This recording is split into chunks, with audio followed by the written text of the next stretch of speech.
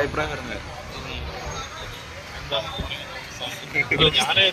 ഞാൻ നിർമ്മിച്ച ഒരു സിനിമയുടെ ഒരു അഭിപ്രായം ഞാൻ പറഞ്ഞു കഴിഞ്ഞാൽ അത് എത്രത്തോളം ഒരു വാല്യൂ ഉണ്ടാവും അല്ലേ? ഇല്ല, അത് മറ്റുള്ളവർ ഞാൻ വേറൊരു സിനിമയുടെ ഒരു അഭിപ്രായം പറയുന്നതായിരിക്കും കുറച്ചും കൂടി ഒരു അല്ല.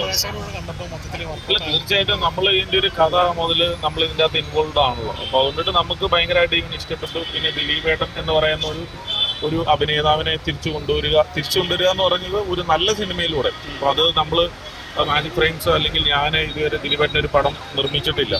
അപ്പൊ ഞാൻ അദ്ദേഹമായിട്ട് അസോസിയേറ്റ് ചെയ്യുന്ന ആദ്യത്തെ സിനിമയാണ്. അപ്പം അങ്ങനെ അസോസിയേറ്റ് ചെയ്യുമ്പോൾ ആ ആളുമായിട്ട് ഒരു നല്ല ബെസ്റ്റ് സിനിമ കൊടുക്കാൻ പറ്റുക എന്ന് പറയുന്നത് നമ്മളെ സംബന്ധിച്ച് അസ സിനിമ പ്രൊഡ്യൂസറെ സംബന്ധിച്ച് ഞങ്ങൾക്ക് വളരെ സന്തോഷമുള്ളൊരു കാര്യമാണ്. അതുപോലെ തന്നെ ഒരു പുതിയ ഡയറക്ടർ ഇൻഡസ്ട്രിയിലേക്ക് വരുവാണ്, ബിൻഡോ സ്റ്റീഫൻ എന്ന് പറയുന്ന ഒരു ഡയറക്ടർ. രണ്ടാമത് നമ്മുടെ ഷാരിസാണ് ഇതിന്റെ റൈറ്റർ. ഷാരിസ് ഒപ്പം ഞങ്ങൾ Jana Gana Mana Malayali from India work ചെയ്തിട്ടുണ്ട്. അപ്പോൾ ഞങ്ങളുടെ ഒരു ഫ്രണ്ട്ഷിപ്പ് കൂട്ടായ്മയാണ് ഈ സിനിമ. അപ്പോൾ എല്ലാവരും നമ്മൾ തിയേറ്ററിൽ നിന്ന് എല്ലാവരും വിളിച്ചിട്ട് ലിസ്റ്റ് ചെയ്താലും പടം നല്ല ഉഗ്രനായിട്ടുണ്ട്, പേടിക്കേണ്ട ഒന്നുമില്ല, നന്നായിട്ട് പൊക്കോളും, ടെൻഷനൊന്നും അടിക്കേണ്ട എന്നുള്ളൊരു സാധനം. സിനിമ വരുമ്പോൾ നമുക്ക് ഇപ്പോഴും അങ്ങനെയാണല്ലോ, ഓരോ സിനിമ ഇറങ്ങുമ്പോഴും ഒരു പ്രൊഡ്യൂസറെ സംബന്ധിച്ച് അതിൻ്റെതായ ചെറിയ ചെറിയ ടെൻഷൻസ് കാര്യങ്ങളെല്ലാം ഉണ്ടാവും. അതൊന്ന് ഇറങ്ങി തിയേറ്ററിൽ നിന്ന് ഫുള്ളാകുന്നവരെ ഉള്ള ഒരു സമയമുണ്ടല്ലോ. അപ്പോൾ നമുക്കൊരു ഫുൾ ആക്ഷൻ പാക്ഡ് സിനിമയാണെങ്കിൽ ഫസ്റ്റ് ഡേ ഭയങ്കര ഹൗസ്ഫുള്ളായിട്ട് അല്ലെങ്കിൽ ഭയങ്കര ഷോ ഹെവി ബുക്കിംഗ് ആയിട്ടൊക്കെ വരാൻ പറ്റും. നമുക്ക് വേണേലും പബ്ലിസിറ്റി അങ്ങനെ ഒരു ഹെവി മോഡലിൽ പബ്ലിസിറ്റി നമുക്ക് ചെയ്യാൻ പറ്റും. ഇത് അങ്ങനെ ചെയ്യാൻ പറ്റത്തില്ല. ഞങ്ങൾ ആദ്യം മുതൽ പറഞ്ഞിട്ടുണ്ട്, ഇതൊരു ഫാമിലി പിക്ചറാണ്, ഒരു കൊച്ചു സിനിമയാണ്.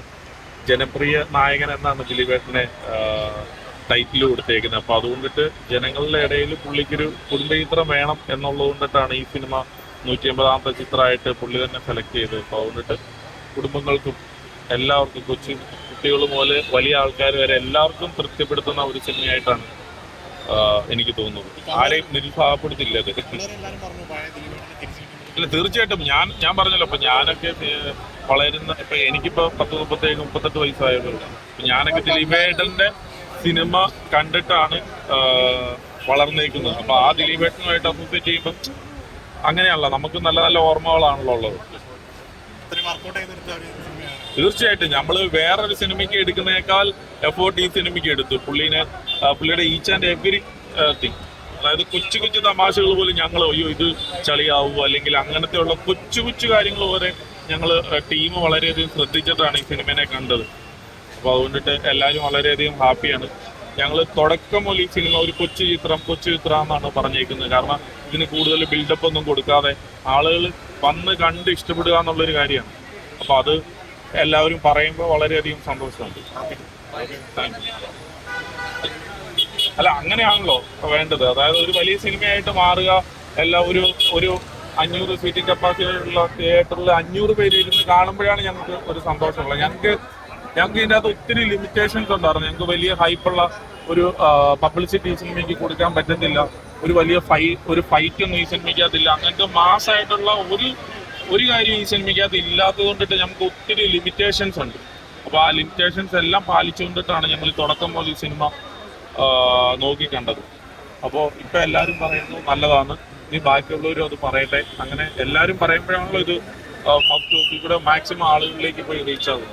ഇപ്പൊ ദിലീപന്റെ ഒക്കെ സിനിമകൾ എത്ര സിനിമകൾ കണ്ടിട്ട് ചിരിച്ചിട്ടുണ്ട്, കരഞ്ഞിട്ടുണ്ട്, വിഷമം വന്നിട്ടുണ്ട്. അപ്പൊ അങ്ങനെ ഒരു ദിലീപേട്ടനെ ഈ സിനിമയ്ക്ക് ഒരു കമ്പാക്ക് കൊടുക്കാൻ പറ്റിയിട്ടുണ്ടെന്നുള്ളതാണ് ഞങ്ങളുടെ ടീമിന്റെ ഒരു വിശ്വാസം. അത് ഒരു പുതിയ ഡയറക്ടറാണ്, ഒരു പുതിയ ഡയറക്ടറിലൂടെ അത് കൊടുക്കാൻ പറ്റുക എന്ന് പറയുന്നത് ഒരു വളരെ വലിയ കാര്യമാണ്.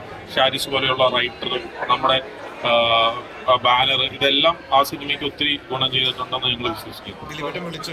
തീർച്ചയായിട്ടും ഇപ്പൊ വിളിക്കാൻ വേണ്ടിയിട്ട് പോകുന്നില്ല. ഞാൻ ഫസ്റ്റ് ഹാഫ് കഴിഞ്ഞ് കഴിഞ്ഞപ്പോൾ വിളിച്ചിരുന്നു. പുള്ളിക്ക് ഞാൻ പറഞ്ഞു എല്ലാവരും നന്നായിട്ട് ഹ്യൂമറൊക്കെ നന്നായിട്ട് എൻജോയ് ചെയ്യുന്നുണ്ട്, എല്ലാവരും നല്ല ഹാപ്പിയാന്ന് പറഞ്ഞു. ശരി, താങ്ക് യു. എന്തോ ഇല്ല, ദിലീപേട്ടൻ വൈകിട്ട് വരും.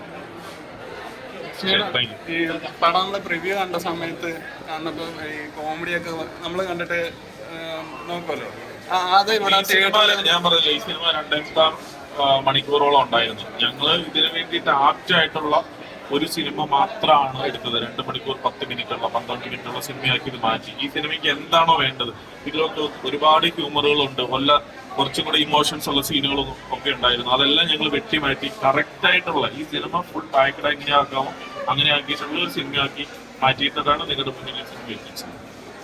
ഓക്കെ